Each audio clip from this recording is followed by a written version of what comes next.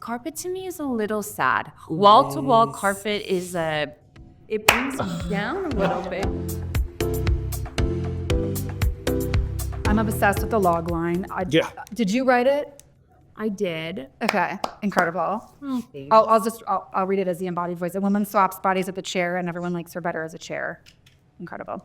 Is that how you pitched it to this movie to all these folks, or did you give them a little bit? No. These are intimate relationships. I'm of course trying to lull them, and I'm trying to like create real bonds. I can't be glib with them, but with the American public and beyond, yeah, I'm pretty cheeky and glit because you need to be selling a movie or speaking of a movie in one sentence.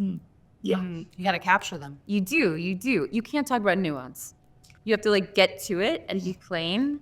I always like plot under wraps. I'm a big fan of the logline plot under wraps to create that mystery. But I went anti-mystery and was obvious. True. Yeah. So what nuance did you guys get that lured you in on this one? We had a general meeting, which is very unique to have a general and then immediately have a project that resonated for me. I thought it was a poetic piece, and for me it was a little bit about disappearing and so completely, passionately wanting to disappear and become othered, so much so to be useful and coveted. And so all these themes spoke to me, and I was doing other jobs that were like really into plot and not so much character. And then I found this one, or she found me, and then we entered this wild, magical world. This oasis with not plot, and there was zero exposition. It was such a joy and like such a happy place to work. It made me fall in love with acting again. It was like every single person on the crew was an artist, and you were there to play, and you felt so free, and it's everything that Sundance is supposed to be about. Like, this movie would not get made within the studio system. This is a movie that everybody is doing for love and not to cater to the lowest common denominator. It's just a piece of art. It's like video. It's beautiful. I remember my first phone call with Sam.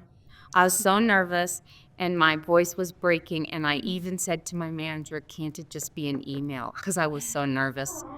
Could you tell? Oh my God, no, not at all. But I was so in awe of her.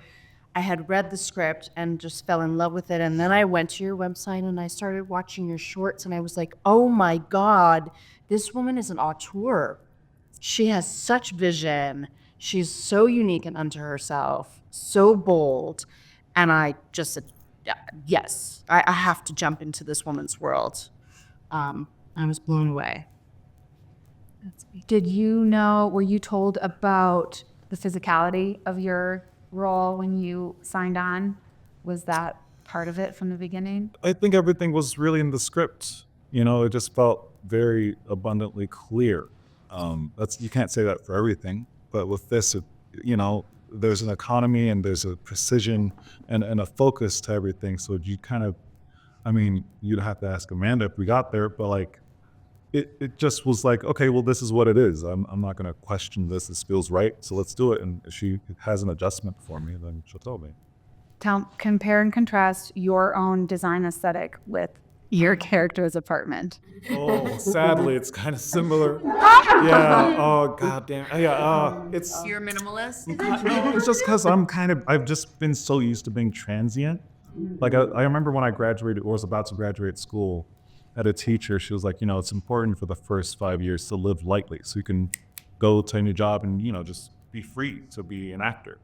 And I just continued that into my 30s, and so I need to stop. I need to get some Yeah, let's buy some stuff. You want to go shopping? Let's go shopping. Let's do it. All right. I can't wait to see it. Listen, I need some help.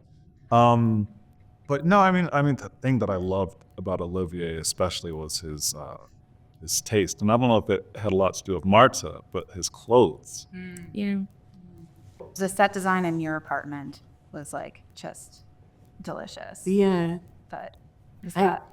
I felt the second that is so special and I have not had it.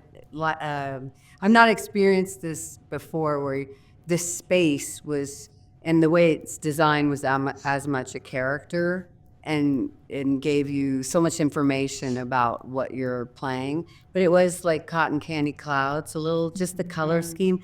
And I've seen that palette before somewhere in the recesses of my mind. Yeah. It is based off of Thierry Mugler's Paris apartment. That is what his apartment basically looks like. But kind of generally, I had said to the production designer, Grace, who is incredible, I said, we need a lot of carpet. I'm going to need a lot of carpet. I feel carpet is very important here. And she was like, carpet, we're going to be, vacuuming nonstop. And I was like, yeah, I don't care. Don't care if it takes forever. I'm going to need the carpet. She's like, carpet's expensive. I said, bring it in. Because carpet to me is a little sad. Wall-to-wall carpet is it brings you down a little bit. No, I didn't know they ever D&D. That's first thing I was like, guys, we got to get rid of the garbage. You can't ever clean it. Yeah. So it's like, it is sad. And it's nice to start in these homes, even though they're beautifully designed with a low sadness of carpet. I'm sorry to everybody who Carpet. Aesthetically, I want it in my movies, but at home, I would not be able to keep up with it. That's fair. There. Has anyone thought about what type of chair most connects with them? Like what type of piece of furniture brings to you? You know, guys, a nice lazy boy. Kick your feet out. Long way. With a cup holder or Yeah, throw in a cup holder. and a Or not. massager? This is great. Fine. I can't shop for myself. Yeah, help me. No, we're not getting you one of those. That's terrible. You know what I love? I love like those like 90s high back dining room chairs that have like a little bad upholstery, the tiny strip that almost looks like a Vegas. They're a little carpet. zany or Little zany. They're a little Beetlejuice, a little bit Beetlejuice. That makes sense. I love a churner chair. Do you know what the churner chair is? And our chair really reminds me of a churner with those beautiful rounded arms. I mean, I don't know that I'm like a churner, but I aspired to be a churner, to be that elegant. And I want just a big, fat, cuddly, stuffed chair that I'd feel small in. Whatever that says around. You can disappear in. I'm not in charge of chairs at my house. Interior designer has been. So Right. You are given the yeah, I'm given the new chair. I don't decide about that stuff. Fair. Okay, so let's see, my recurring question I want to ask you guys. Does anyone have a movie that they watch over and over, whether for comfort or inspiration? Yeah, Your Name. Your Name is a Japanese anime by Makoto Shinkai, and it's one of the most beautiful films I've ever seen in my life. I highly recommend everyone to check it out. That's one thing. Ooh, I can't change the channel if Terms of Endearment is on. Such a good. I can't. I saw it with my mother and my grandmother, and they're both deceased. And so that's just like so much sense memory for me watching that movie, which is why I geeked out when I saw John Lithgow out in the. Yes. So beautiful in that movie. I just got chills. Yeah. I'm going to go with first instincts. I just saw What About Bob? There's a feeling behind this. I went through a very dark period of my life, or I was escaping a dark period at 22, and I couldn't actually watch dark things. Almost Ren and Stimpy was too dark. So I watched What About Bob all the time, and baby steps became a mantra to live my life by. Yeah. Whenever I'm sad, I watch Planes, Trains, and Automobiles. It makes me feel happy. Or there's moments that are really poignant too. John Candy was so good, but it feels comforting, like you're in the arms of an old friend. I feel very stuck in an era. I feel very stuck in like the 20th century.